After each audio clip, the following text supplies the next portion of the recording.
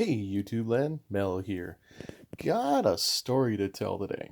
So, my wife wanted a little plinking rifle. She wanted to be able to go to the range and, shoot with me and the kids, but she wanted something that would be nice and accurate, and she basically wanted a 22, because let's face it, it's cheap to shoot. So, I take her out, I start showing her different 22s, and she falls in love with this Ruger. Now, this 1022 is a Davidson's Distributor Special. And basically, it's expensive. But the good part is, it comes with some neat upgrades. First is, you get the BX trigger in it. So the regular trigger, nope, nice trigger. And as you can see, you get this beautiful wood grain stock. Look at this guy. I mean, it is just one heck of a thumbhole stock, and it is super comfortable to shoot. You get this beautiful upgraded bull barrel and a threaded end. So, you know what you can do with those, but, YouTube doesn't like us to talk about that kind of stuff. But anyways, here's the story. So, I have a Bushnell 2x7 on my 1022. So for her, I tell her, hey, let's look at the Bushnell scopes. They're really nice. They got these turrets. You can reset them. You can dial stuff in. They're great scopes. So she finds this one. Yeah, it's actually, I think, for an AR, but it works just fine on the 22. But it's a 3x9, and she wanted to shoot the gun basically the next day. I tell her, okay, fine, but I don't have any scope rings, and I'm not paying $40 for a set of scope rings at the store we're at. So she's, a little disappointed. Anyways, we go home, but she understands. So I find downstairs a set of these really, really cheap scope rings. I think they're from a pellet gun where I actually upgraded to a little better scope. I had to repaint them because I was using the top rings as a brace for something. But these are the cheapest rings I could possibly find. They were basically garbage, but I never threw them out. Go figure. I thought, okay, I'll mock up the gun with these. At least she could see what it's going to look like with the scope. So I put it all together, and she's like, wow, that looks pretty nice. Yeah, that's how it's going to look. She goes, no, it's not done. I was like, well, I could make it permanent. We could try to shoot it with these things, but they're terrible rings. She goes, yeah, let's try it. Okay.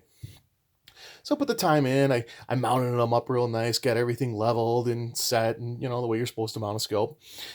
Painted them, got the dings and scratches out of them, so, they're better. So get this thing all set up. Take it out to the range.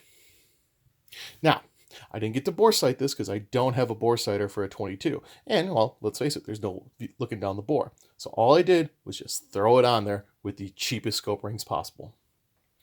I take a sheet of paper that's about 2 by 2.5 feet. I'm actually stapling this thing to the legs of the target holder, just trying to, get it to work. Because I figure if I got a big enough piece of paper at 25 yards, I should be able to get on paper, and if not, I can at least shoot the corners, so I could be like 3 feet off and, still find it. But I tell her, hey, just aim for the orange dot in the center of the paper. She gets up there, she shoots, and there's a hole in the center of the paper, right in the orange dot. I'm like, no way. Go put a couple more in there.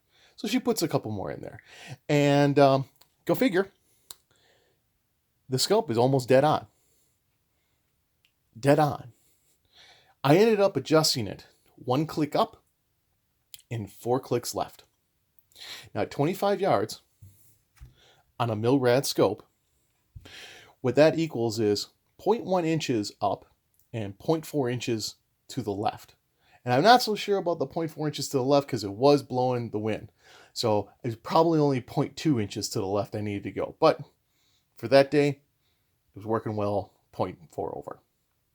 4 clicks in 1 click. Wasn't bore sighted. Cheapest scope rings known to man. Just threw it on. It was already zeroed. Anyways, just had to say the story. It might not be that incredible to you, but it is to me. But this gun, wow, great purchase. I was over at my local fleet farm. If you're not in the Wisconsin area, they're a kind of a farm and department store all in one.